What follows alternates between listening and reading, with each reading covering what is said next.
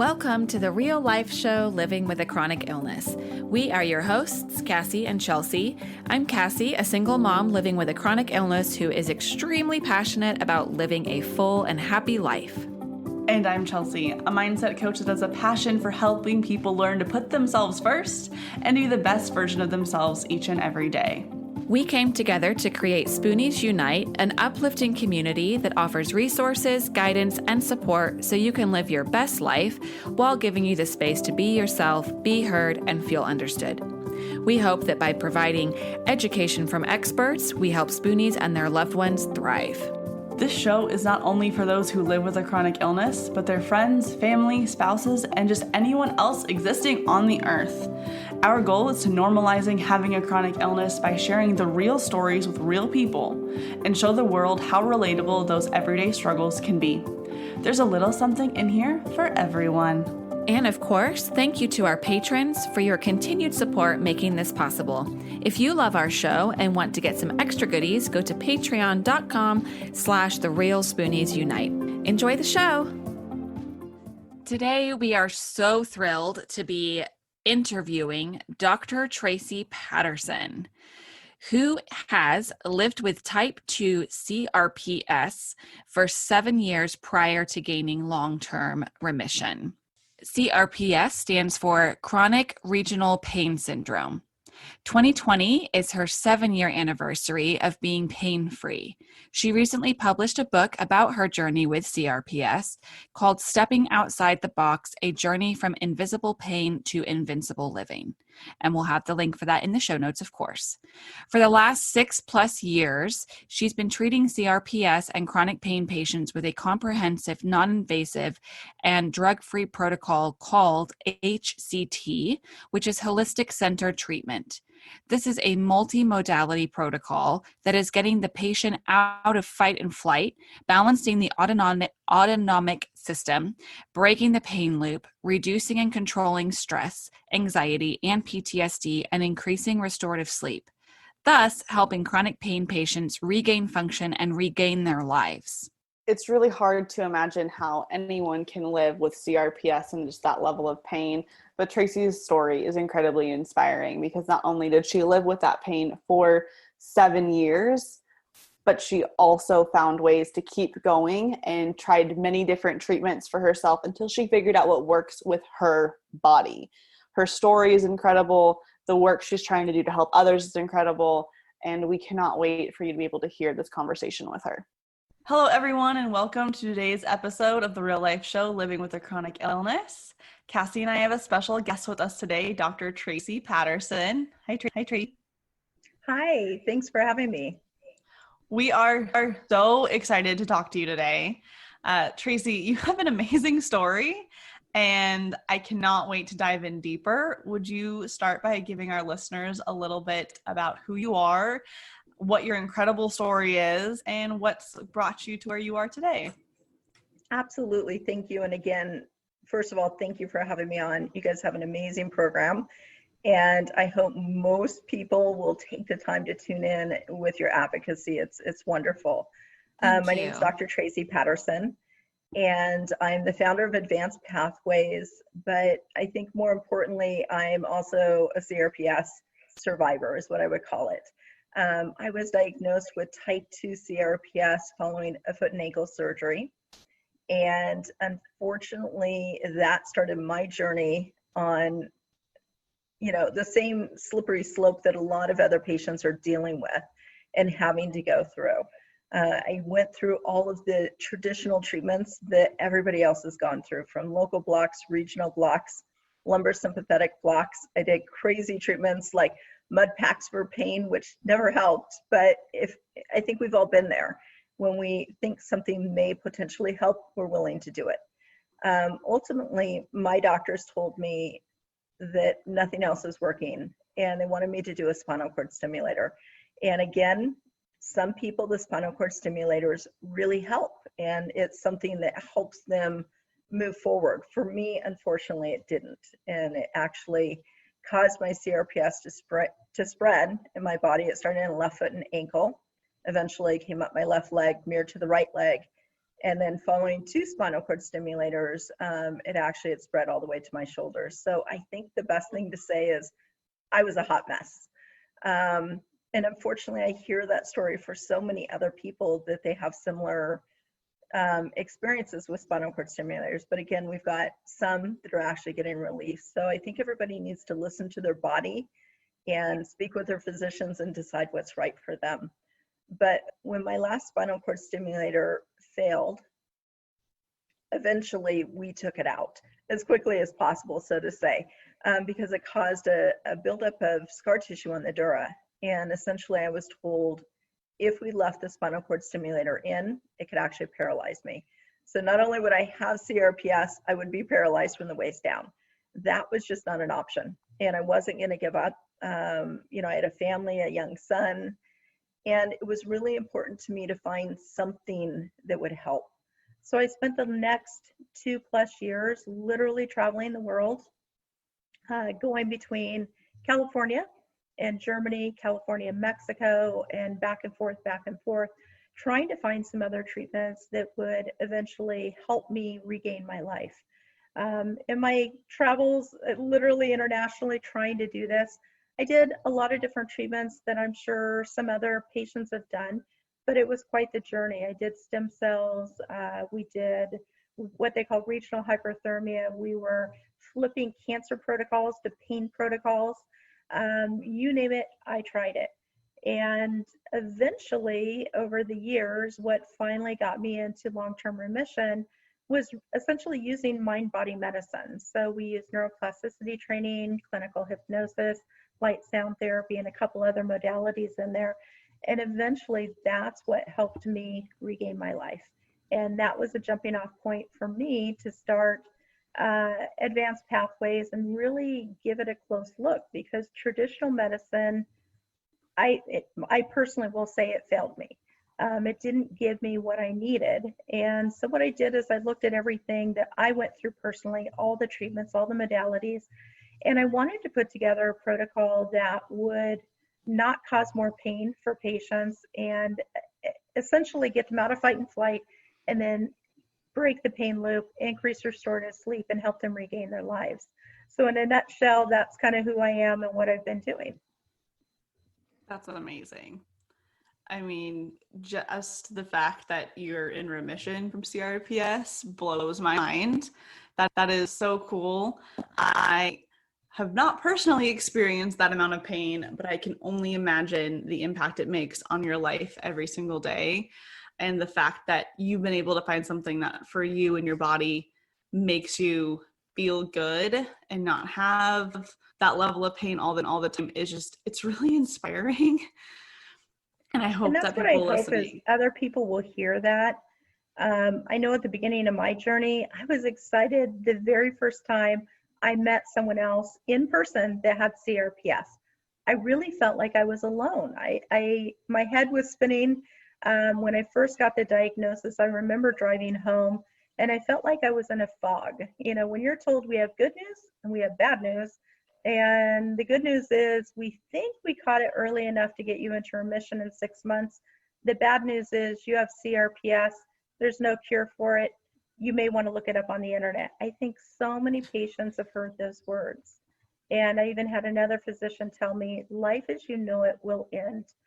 And that blew me away, because what is that bad?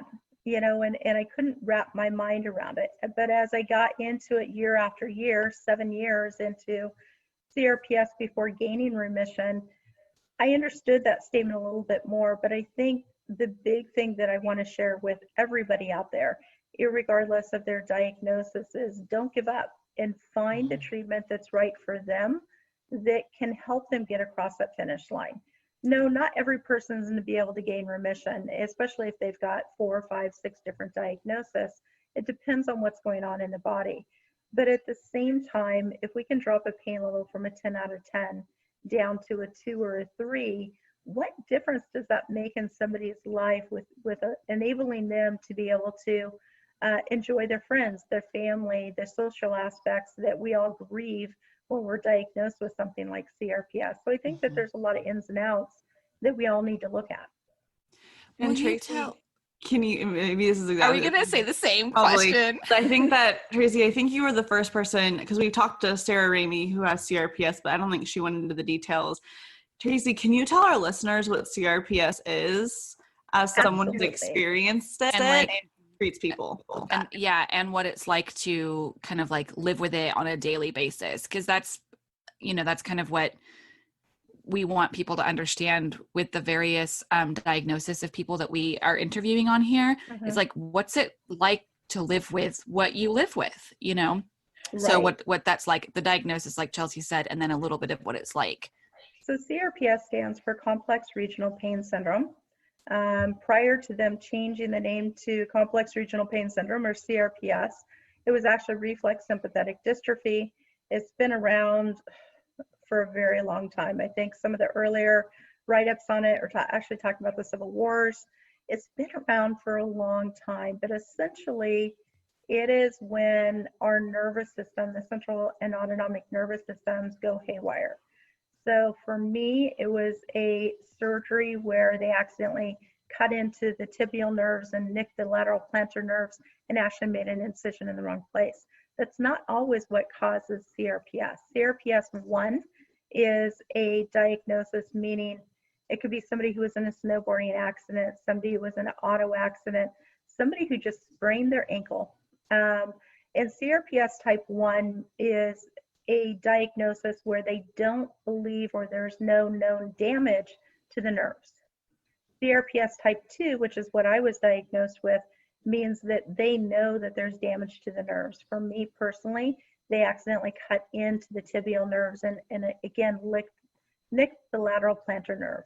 So when we know that there's damage to a specific nerve, then it's CRPS type 2. And that's what I was diagnosed with. CRPS is a burning, stabbing, gnawing pain that is just very difficult to describe. And most people, when you can hit it on the nail on the head with a description of CRPS, you'll have people telling you nothing can be that bad. I heard that personally from so many people, where they can't understand how something that they physically can't see on the outside is causing so much pain. But it is literally 24/7. For me personally, I had allodynia and causalgia, meaning any touch on the skin caused my pain to become insurmountable. Even a sheet, I could not have a sheet touching my left foot or ankle, or my pain levels were just so high, I would put them higher than a 10 out of 10. So the reality is you're always aware of your surroundings, you're always aware of what's going on. Any motion, even from a ceiling fan, the air hitting my foot or ankle caused such a burning pain that it was just unbearable. So that's what patients are dealing with. CRPS is also known as a suicide disease, because when people can't get the help and they're not getting any relief from their pain, it's consistently at 8, 9, or 10. The reality is you feel hopeless. You feel like there aren't any answers. At some point, you're going to say, why am I doing this and why am I going on? And I think that crosses everybody's minds. It is a diagnosis that nobody wants to get. There's what they call a McGill pain scale, and that is a different pain scale than the 0 to 10 for people that are not familiar with it. But they would rate CRPS pain as high as an amputation of a digit, or even what some burn victims are going through. That's tremendous pain. And so for those people that are caretakers, families, even physicians that have never been through this, and I pray they never are, and to be honest with you, I wouldn't wish this on my worst enemy. They need to take that step back and listen, do their own research, and really, take in what the individual's saying. It's hard to be a caretaker. It's hard for friends and family to see what's going on. But the more they can understand, the more that they can believe what the individual's saying, the easier it is for everybody. So this is definitely a very raw diagnosis. There is no cure for it. Even today, there's no cure. We need to do a lot of research. And, you know, I talk internationally and also locally. I help advise some individuals and clinics and physicians. But the biggest thing that I tell people is we need more research. We need more advocacy. When we look at the figures of chronic pain just in general, in the US, and these figures are several years old, in the US, we have approximately 100 million people diagnosed with some form of chronic pain. That's staggering. That number is greater than a total sum of those people dealing with cancer, diabetes, and coronary heart disease. But yet there's very little focus on chronic pain. And if we take that number and we push it out even worldwide, what people don't realize is there are 1.5 billion people diagnosed with some form of chronic pain. We need to spend more attention. We need to advocate. We need more research. We need more funding to be able to help the people that are diagnosed with all types of chronic pain. Absolutely. And I'm so glad that you shared those statistics, because I also feel like chronic pain, as well as kind of like chronic fatigue syndrome, are just not taken seriously. Overall, there's a little bit of like it seems as though, I mean, it's arguably about most chronic illnesses. I would say a lot of them are not taken seriously, or kind of like, oh, you know, it's that, or it can't be that bad. But I feel like chronic pain and chronic fatigue, my heart goes out even sometimes a little bit extra, because I'm like, people just do not get what that's like. And so you're right. Really don't. They really You don't. know, and there's a lot of diagnoses that we will have what we call coexisting conditions. CRPS. Most people that are diagnosed with CRPS also deal with chronic fatigue. They deal with brain fog. And people that have fibro deal with both of those all the time. People that have different types of chronic pain deal with multiple different illnesses, because one leads to the other, which leads to the other. And at some point, it's like a snowball or avalanche that's going on with that individual. Exactly. Yeah, it's really, I'm so glad that you shared what it's like. I mean, that I can't imagine living with, I mean, I live with chronic pain pretty much every day. You know, maybe I get to go like a day where it's not so bad. But when I was reading about CRPS, when Sarah was living with it, which was the first, that was actually the first thing I'd ever heard about CRPS. Cause like you said, it's not talked about. It's not, there's not awareness. And I just cringed reading what it was like, you know, to live with it. And so, my heart really goes out to you, and I appreciate you sharing what it's like so that other people can understand and relate. I mean, it's just so draining. You know, it's like when you're in pain all day, every day, or hours, or like you said, even the air hitting you. I mean, that is just exhausting.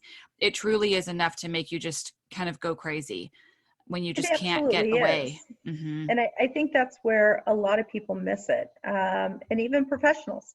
How many physicians do we go to? And it's happened to me, and I guarantee you it's happened to everybody that would be listening, watching this episode, or anybody that's diagnosed with chronic pain. When we put ourselves together, and it takes us 3 hours to get ready for a doctor's appointment, and we're doing our best to show our best face, and we get there and they go, oh, you look great today. You must not be in that much pain. I used to tell my doctors, if I walked through your door looking the way I felt, I'd scare everybody in here and you wouldn't want to see me. So I think a lot of people, especially the females, and there are more females diagnosed with chronic pain than there are males, especially with CRPS.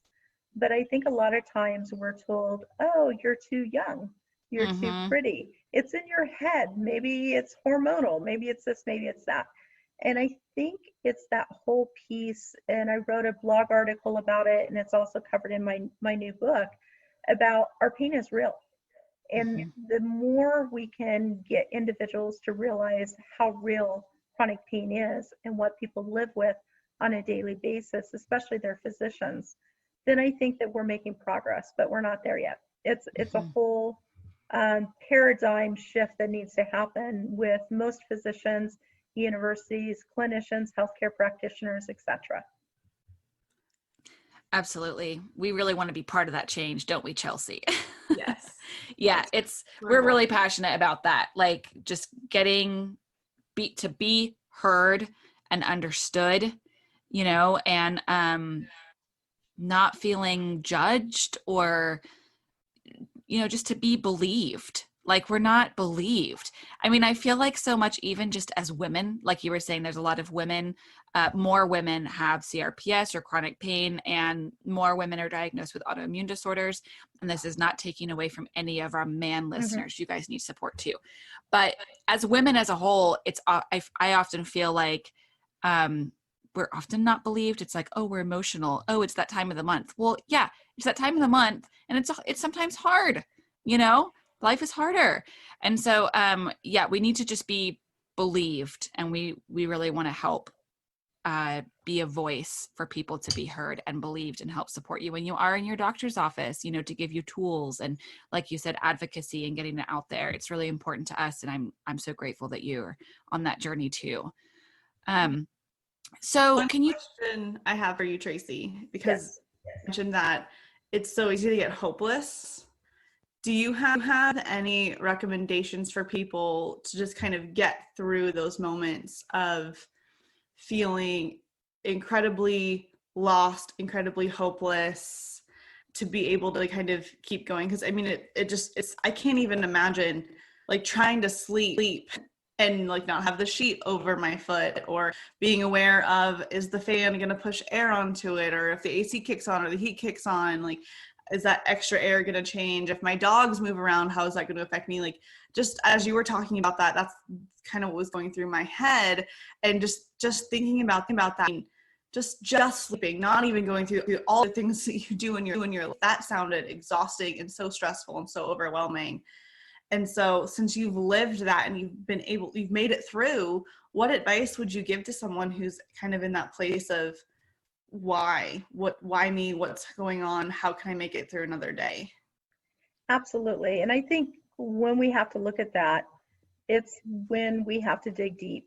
And the one thing that I talk about with individuals that are just consulting with me, picking my brain, doing an interview, or even individuals that I'm treating, one of the big things that I ask them is, what is their why? Why do they want to get better? What's their motivation? And everybody gets mad at me when I originally say that, and they probably want to hit me when they say, well, duh, we want to get rid of our pain. Okay, I know that. That's a given. But what is the motivating factor for somebody to move forward? And I think that's where hope can come in. For the individuals that are religious and spiritual, they may turn to God, they may turn to the Bible, they may turn to other beliefs, depending on where they stand. For some people, it's their family. Other people, it can be a number of different things.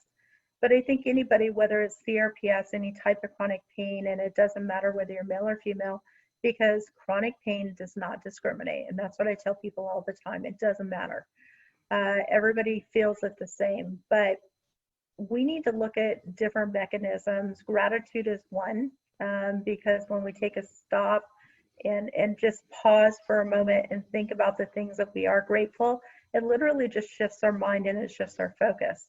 And some people, again, get frustrated when I talk about gratitude and hope and different things of that nature, but we have to find something. For the kids that I treat, and the youngest person I've treated is 8 years old, and I've treated a lot of teenagers with CRPS and chronic pain too. The reality is it may be their music that they turn to. It may be music lyrics. It's trying to stay connected with their friends. And it's very, very difficult when you're dealing with chronic pain, whether you're a child, an adolescent, or an adult. The reality is pain doesn't just affect us physically. It affects us physically, mentally, emotionally, what I call relationally, meaning our friendships, our family, and then also spiritually. So many times, whether we're a kid, a teenager, or an adult, we lose friends, tremendous friends. We lose families, members, when they don't understand and they don't want to talk to us anymore. And for adults that are working, many of them cannot continue to work because the pain's so bad and they're on so many medications that they just can't function. So when it affects us in all of these different areas, we really have to dig deep. and we have to look at what's going to help us. Sometimes maybe it's going back through pictures. And I know a lot of people will say, but that just makes me feel worse because I can't do those things. But when we want to tap into a big word, neuroplasticity, and in non-medical terms, let me explain what that is real quickly. Neuroplasticity, if you can imagine walking on the beach, and every time you take a step, you leave one footprint. Well, when we're dealing with something once, it's like leaving one footprint on the beach. And if we watch the waves, they come in and eventually the sand is evened out again. When we are dealing with something chronically, whether it's pain, stress, anxiety, PTSD, etc., it's like standing at the side of the ocean and putting your foot in the same footprint over and over and over again. Or you might as well grab your little spade and bucket and start digging a hole when it goes on for years. But if somebody can finally stop and give you a beach chair so you can sit down and you can watch the waves come ashore, eventually it's going to even back out. And our brain has that same ability. So when we can tap into the positives that we were doing before, pictures, talking to people, going through Instagram, etc., it actually helps our brain remember what the good was. What did it feel like to be able to walk? What did it feel like to be able to sing? What did it feel like to be able to go for a bike ride? What did it feel like to go on a special trip that you went on? When our brain can remember that, then all of a sudden it can start reprocessing information in a different way. So there's a lot of different things that people can do. Some people enjoy, coloring or crafting or listening to music. Anything that we can do to tap into something that takes our mind off of that moment in time when we're in so much pain is going to help. That was an amazing answer. Mm-hmm. And I really liked that you mentioned gratitude and focusing on the good, even if it's not something you can do right now, but to kind of retrain your brain that is possible. Because I think a lot of people, like if Cassie or I had maybe said on a podcast episode, I feel like we would have gotten a lot of like, but you guys don't really get it. But coming from you with the perspective of what you've had to experience, like the pain levels that you've had, I think that holds a lot more weight. And I hope people are more willing to have an open mind of like, yeah, maybe focusing on the little things in my life that I'm grateful for really can make a big difference. So thank you for sharing. And I think it doesn't matter where we're at or what condition we're dealing with. There has to be something that we're grateful for. And I think if nothing else, it's just a little bit of a shift. And I know, I've talked to a couple individuals that they actually had a gratitude jar where every day they'd find one thing that they were grateful for, write on a little piece of paper, and they put it in a jar. And the days that they were having a really hard day, they actually emptied the jar and they started reading those things back to themselves. So there's always something that we can do. It doesn't mean that we're not in pain. Let me clarify that straight up, because people are going to get upset. Just because we look at gratitude and we look at different things, it does not take away from your pain. But we have to be willing to at least open a door a little bit to find something else that we can focus on. And I think part of my frustration with some support groups that I see both online and I have people talking to me about is when somebody goes in and says, I'm having a really bad day, instead of other people holding them up and, just talking to them about what they're going through, everybody's one-upping the next person. Well, you think you're having a hard day. Guess what I'm going through? Guess what I'm going through? And you finally get to the point that the whole conversation ends up so negative that nobody's getting anything positive out of it. And so I look at that going, that's not really a support group. We need to be upholding people and giving them hope and help and potential answers or direction rather than everybody tearing everybody else down. Yeah, and especially like holding space for the person to just feel how they feel. I think that's a big one too, because you're right. Otherwise it kind of like I remember having conversations with people being like, I'm just so tired. And they're like, oh yeah, I'm super tired this, or I'm super tired that. And I'm like, I totally sympathize that you're tired also. But it was like, sometimes you just need for them to be like, that sucks. I'm sorry. Mm-hmm. And then that's like it, and so I know what you mean. And especially it ends up being this like perpetual, like kind of like a bitch fest. And then you're like, well, this isn't hopeful, because now that you're telling me that you deal with all of these things, then I feel like an asshole because I don't feel good. And I'm like, I thought I was tired.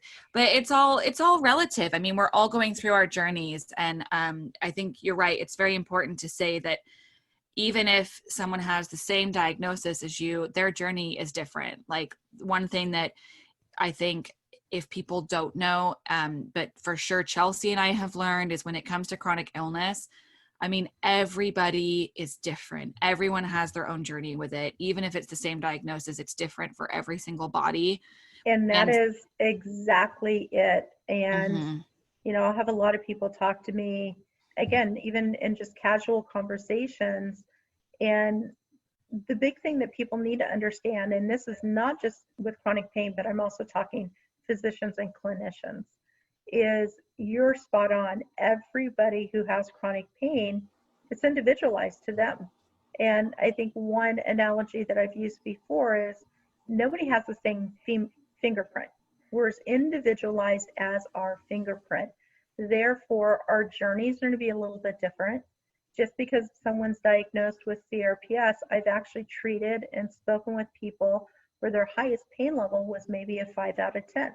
But their pain scale is going to be different than somebody else's pain scale. And just because they're at a 5 and not a 9 or a 10 does not discount what they're going through. So we need to really remember that when we're speaking with other people, but also look at that when we're looking at treatment options. Because if you go into a program that's a cookie cutter program, and it doesn't matter what you're going through, what your goals are, and what your diagnosis is, they're going to treat you the exact same way as they treated the other 100 people, you may or may not have a good outcome.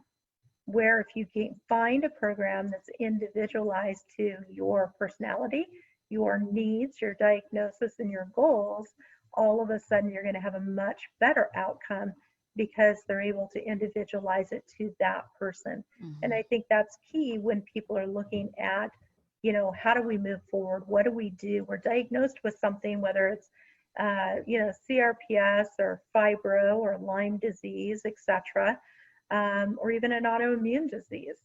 The reality is everybody needs to find that treatment option that's going to work for them and somebody that they're comfortable with. And I think those are important factors too. Well said. So Agree. Traci, you have this holistic centered treatment that you kind of work with your clients and patients on that are struggling with chronic pain. Can you tell us a little bit about what that is and maybe how that fits into that kind of individualized approach that you were just speaking about? Absolutely. So with myself, I put together a program. The initials are HCT, so Holistic Centered Treatment, and it is 100% evidence-based, non-invasive, and drug-free. A lot of people, I'm going to hedge this real quickly and then I'll answer the rest of your question. A lot of people see or hear drug-free and they get upset, you know, and they're like, but, you know, if we have to come off of all of our medications before seeing you, no, I'm not asking you to. What I'm saying is I'm not going to be prescribing, number one, and number two, the treatment protocol that I have is not tied into any specific medication, big pharma, etc. So I'm running a completely different path, and the majority of this is based upon what I went through as a patient. When I look at all the traditional things that I did, including complementary and integrative treatments that helped but didn't last, it really made me take a peek at what was happening and how does our body work and how does it come together. So based upon that, I put together a protocol that it's what we call an intensive. Right now, as a private practice, it's a 1-week intensive. I'm going in the process of partnering with an organization out of state where we will be rolling this into a 2-week intensive, a 14-day program. It's multi-modality. Everything has science and research behind it. So we do work with neuroplasticity, which is the word we just talked about a few minutes ago. And that gives us the ability to help people bounce back, to help create new neural pathways in the brain to facilitate healing and getting people where they need to go. We also use hypnosis. Now, for a lot of people, that is a taboo word out there because people don't understand what it is, but yet everybody's okay with meditation or mindfulness meditation. Just think of hypnosis as a guided meditation with positive suggestions put in there. When we know what the mind and the body do, and we know the biology and the physiology of the body, if I look at CRPS, for example, even if somebody's CRPS started with a sprained ankle or a fracture or a surgery or a snowboarding accident, whatever the initial injury is, by the time they've made it out a couple of months, that initial injury should be healed. So with CRPS, a lot of people are wanting to treat it as if it was an acute or sprained appendage, let's say an ankle for me. But the reality is that's healed by the point in time that you're getting that diagnosis of CRPS. So essentially what's happening is our brain is sending out the wrong signal. So think about playing that old telephone game where you tell one person something, and by the time it goes down 10 people and it gets back to you, the message is totally different. So it's the same thing that's happening with the brain. The limbic system area of the brain is sending out a wrong signal, a misinterpreted signal, and that's perpetuating the chronic pain. So when we want to treat it just at the original site of the injury, people aren't getting better, myself included. But when we pull in mind, body, and figure out how everything works together, then all of a sudden we can make a bigger difference. So the brain won't allow us to be relaxed and in fight and flight at the same time. And with CRPS, your body is in fight and flight, and you're in what we call a sympathetic overload. So when we can actually get the person out of fight and flight, their pain levels will automatically start coming down. So that's where hypnosis comes in, and it's a great tool. I also work with cold laser, which allows us to promote healing, decrease inflammation, actually calm down nerve pain. And if somebody has an additional injury there or scar tissue, it can actually help break up the scar tissue. We work with neuroplasticity, neurofeedback, biofeedback, like sound therapy, PEMF.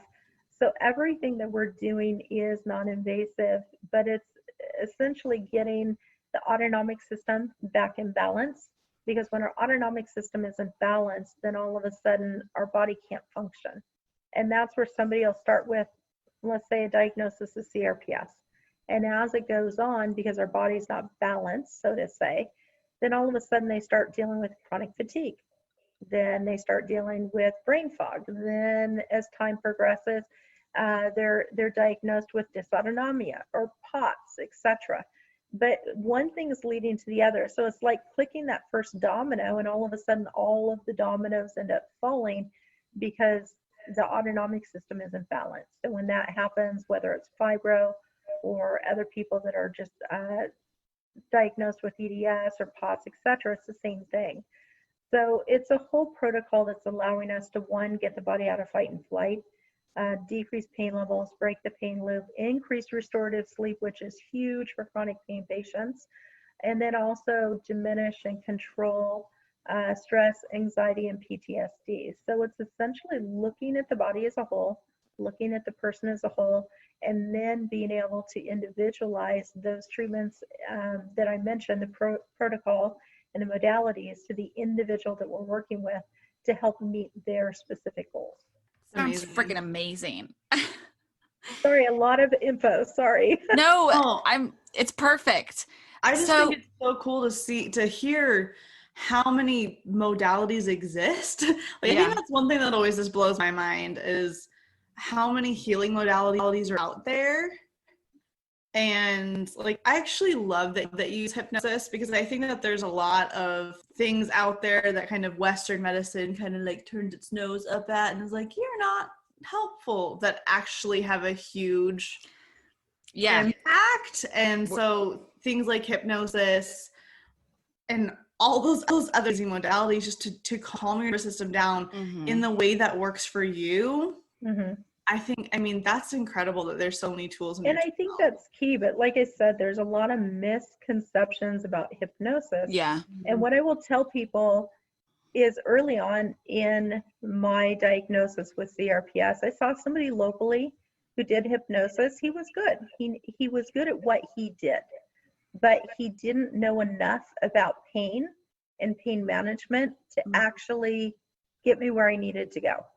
So when I got to the end of my journey, and I had a couple friends come back to me and say, hey, here's this guy, this is what he does. He had a great background. The guy who treated me, his name's Ron, but he was a retired captain from the Navy, a critical care RN, a nurse anesthetist, or a nurse that does anesthesia.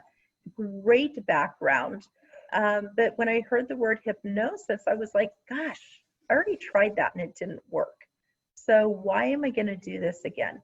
And it took me quite a while to make that decision based upon that word alone, hypnosis.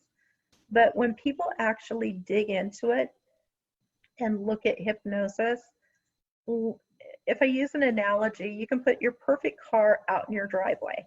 And I don't care if it's a Lamborghini, a pickup truck, a VW, or an SUV, it doesn't matter what it is.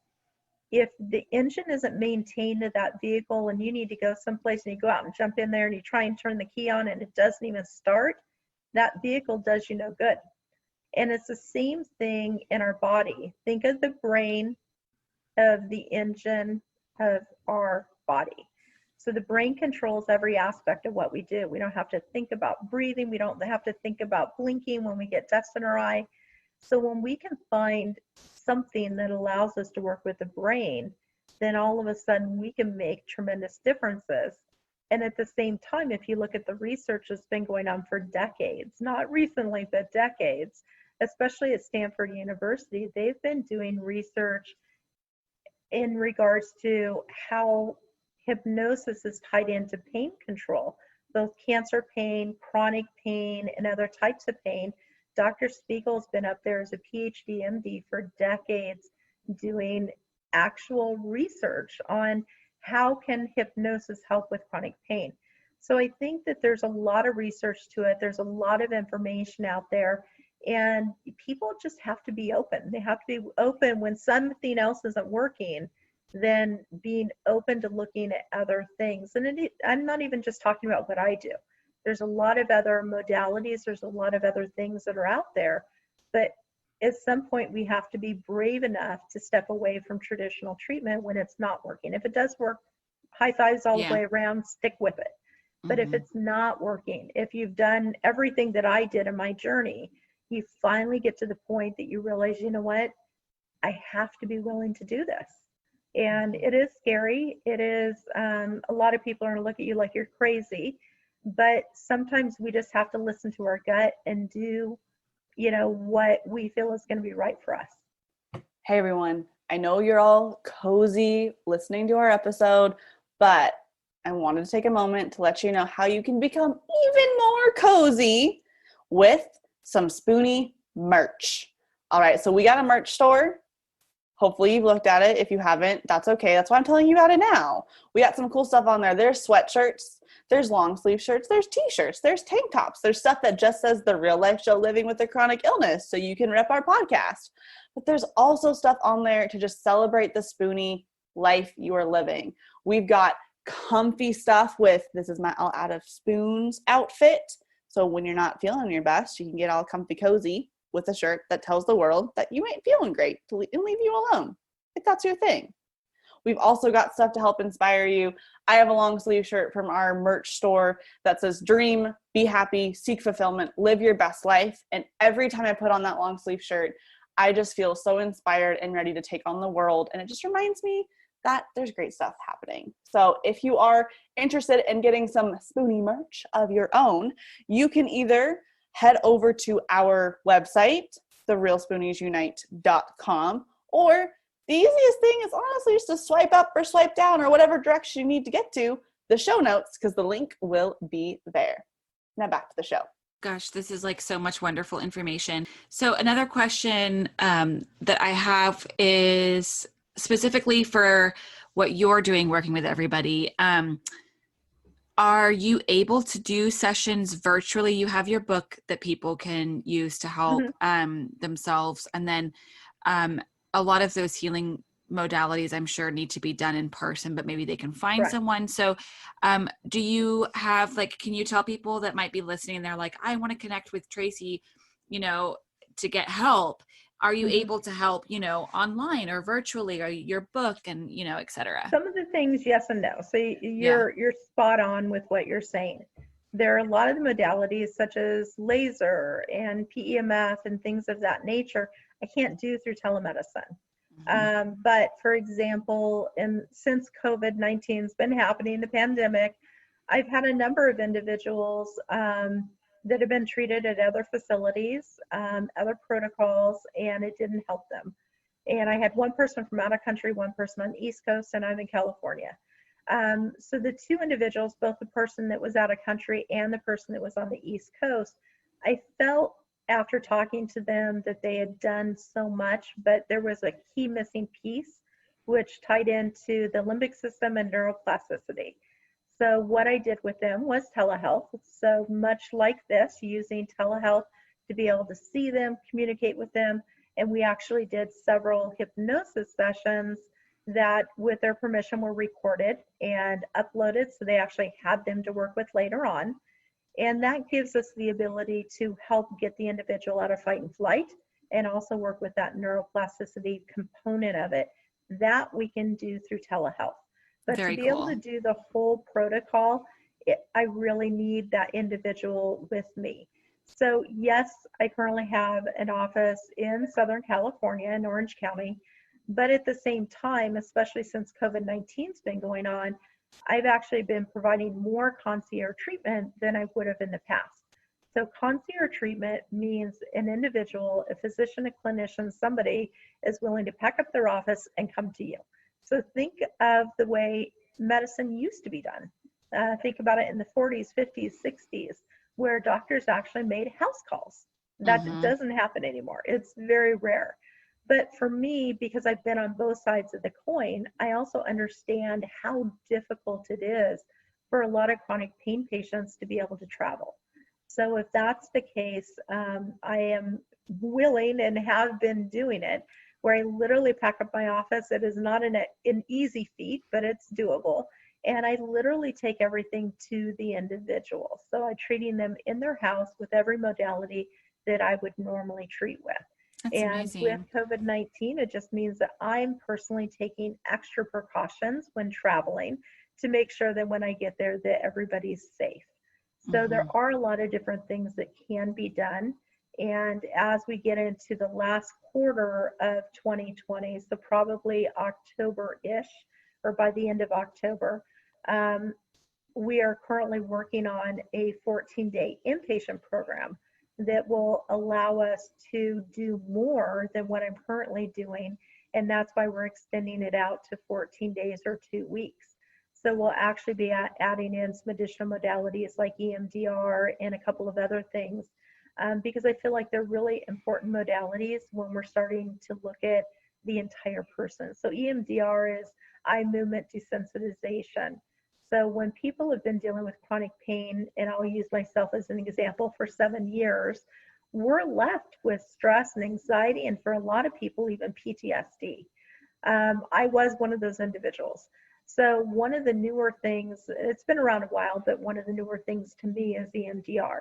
And I've had some individuals and some patients work with it with amazing outcomes. So it allows you to reprocess information and essentially take the emotional charge out of it. So when we think about some of the things that people go through as chronic pain patients, myself, when I was doing my lumbar sympathetic blocks, the first 2, I was on so many medications they couldn't sedate me, and they didn't realize it. So I can physically feel every single thing that they were doing. So in post-op, my pain management doctor came in to talk to me, and he couldn't understand why I was crying. He thought I was just frustrated. And I said, no, I could feel everything that went on. And he told me that that was impossible. So I started telling him every conversation that they were having with detail in there. And he's like, holy crap, you really were. And I'm like, yes, I don't know why anybody would say that if they weren't. So I think a lot of things that we go through can cause PTSD. Absolutely. Yeah. I have a friend who has been starting to have some experience with the EMDR. EMDR, right? Yeah. And it seems really amazing stuff, and effective. And I'm glad that you say that too, because there is an element of kind of like PTSD when you are dealing with stuff. Like there was, I think I said this on one of our other episodes, I had to have an NG tube up one of my nostrils at one point, and it wouldn't go in on the one side. So then they ended up getting a different doctor to come in for the other side. And it was so painful. And it felt like there was being like chopsticks shoved up my nose. Mm-hmm. And I mean, there was blood like pouring everywhere. And they had given me, I think it's Versed, which is like a Versed, yeah. Versed, yeah, which is it's like supposed to basically block your memory from whatever they're doing. But they gave it to me like after. And so I told them, I was like, no, I remember everything, and it was horrible. And they'd given me morphine, which was awful. And so anyways, even just thinking of getting the COVID test and having a swab up my nose makes me like think of that pain. And it's almost like you kind of like revisit it. And then your mind, like, I mean, I'll feel like my neck and shoulders just slightly tense up just a little bit thinking about it, because I'm just like, oh my God. And so there are moments that you have something really traumatic like that, and it sticks around. So what you're doing is fantastic. I am so glad that we got you on the show. You have just shared so much information and been so validating for what people are experiencing and living with. It's just, this has been like an absolute pleasure. Really. Well, thank you. It's my pleasure to have been here. Oh, well, thanks. I know we didn't get a chance to really talk about your book. Oh, yeah. But people should definitely go check it out. It is called Stepping Outside the Box, A Journey from Invisible Pain to Invincible Living. And that title alone is just so inspirational. Mm-hmm. And I know, Tracy, we were talking earlier about how it's not just your story. Your story is a big part of it, but you've also got a bunch of resources on there for anyone dealing with pain. And there are caretakers, the people in their life that are also helping just them make it through a day. So that is just amazing. Could you tell us real quick, if there's one thing that you want someone to get out of your book, what would it be? Hope. I think that's the biggest thing. It took me a long time to write the book. And one of the things that I wanted people to hear was the story of hope. It's missing, especially with CRPS and a lot of the different diagnoses.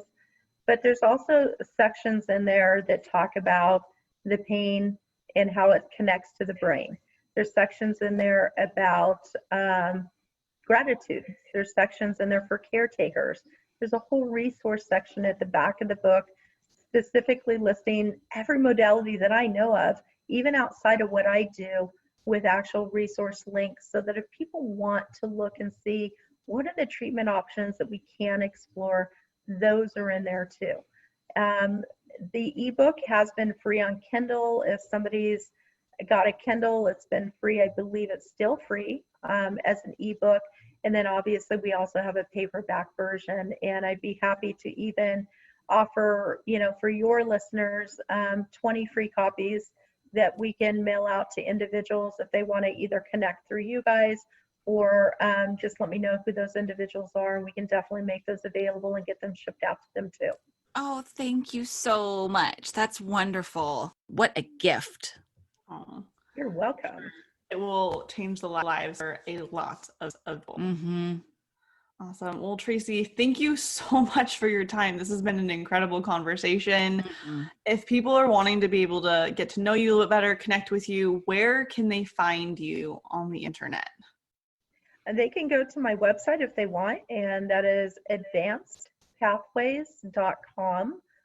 They can also email at info@advancedpathways.com. Those are probably the two easiest ways, and I am always available, or I make time to be available even after hours, to just answer questions for people. I think so many times people have questions and they don't know where to go. I've spent, a half an hour to 45 minutes with individuals on phones and their caretakers, even without seeing them. And I think it's just important for them to have resources available to help guide and direct. So I think, reaching out, even if they're newly diagnosed and they don't understand what the diagnosis is, perhaps we can answer some questions for them, or, give them more information about my personal journey or other avenues, whether it's my treatment or another treatment that may be available to them. That's so kind of you to offer your time like that for people, that really just need that support and help. You're so special. I'm so glad that we got you on here. This is wonderful.